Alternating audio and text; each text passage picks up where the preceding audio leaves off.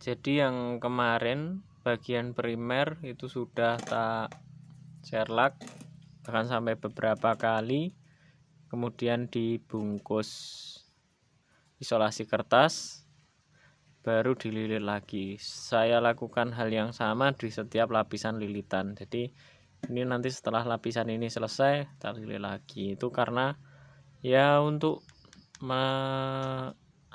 menanggulangi sebagai solusi atas kualitas kawat yang kurang bagus, jadi emailnya jelek.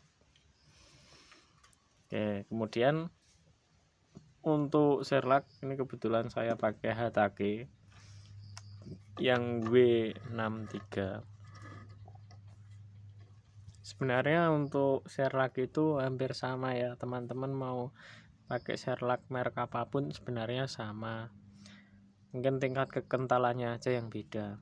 Nah, penggunaan serlak itu bisa dilakukan beberapa kali. Nah, keuntungan jika menggunakan serlak itu di bagian ini, misalkan yang bagian-bagian berimpit ini nanti akan merekat. Jika ini merekat, pertama serlak itu sendiri isolator, kedua dia akan mengikat dua kawat sehingga saat nanti trafo ini bekerja dikenai beban itu tidak terjadi getaran pada kawatnya. Di listrik PLN kita kan 50 Hz ya, 50 sampai 60. Nah, sebenarnya terjadi GGL bolak-balik dalam trafo ini sebanyak 50 kali dalam 1 detik. Ya, sesuai dengan frekuensi listriknya tentu. Nah, jika terkena beban yang berat, getaran itu nanti akan semakin terlihat ya, muncul di sini. Jadi, kalau trafo itu dikenai beban, nantinya trafo itu akan melawan GGL magnetik. Nah,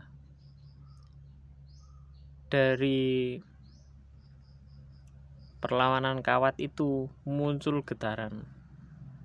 Getaran itu yang menyebabkan kawat itu kadang bergesekan, akhirnya ada yang lupas ini dikit atau manalah titik yang mana, dan akhirnya konslet seperti itu. Nah, lebih aman memang diberi serlak, itu lebih amannya seperti itu.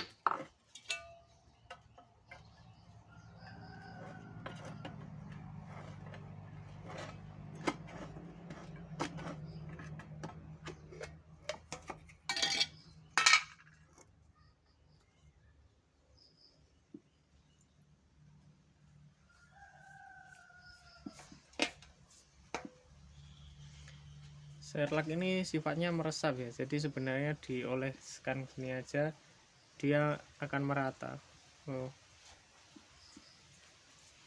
Tapi alangkah lebih baiknya juga kalau sambil dioles supaya merata.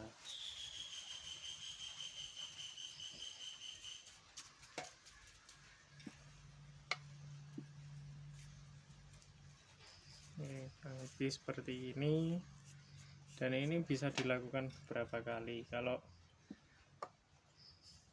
berani boros direndam nggak masalah, bisa direndam supaya lebih merata, lebih meresap juga ke dalam, bisa. Kalau saya gini aja, tapi nanti saya lakukan beberapa kali, bisa 2 kali atau 3 kali sampai ya kira-kira yang bagian-bagian sini rekat.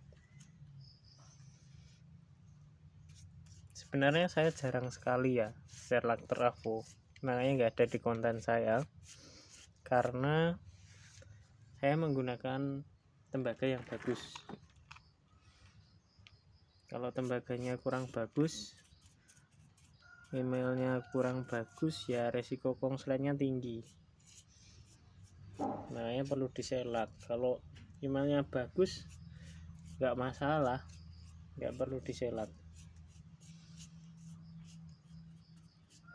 Tapi kalau mau diserlak juga bagus juga, karena akan menambah kekuatan dari lilitan kawatnya yang tadinya kendor.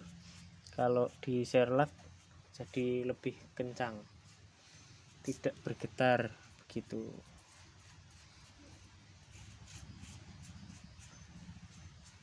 Kemudian sedikit info ya,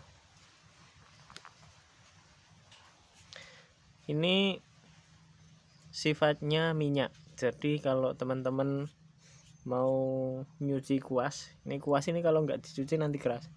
Itu pakai bensin atau pakai thinner, atau misalkan kalian nyepul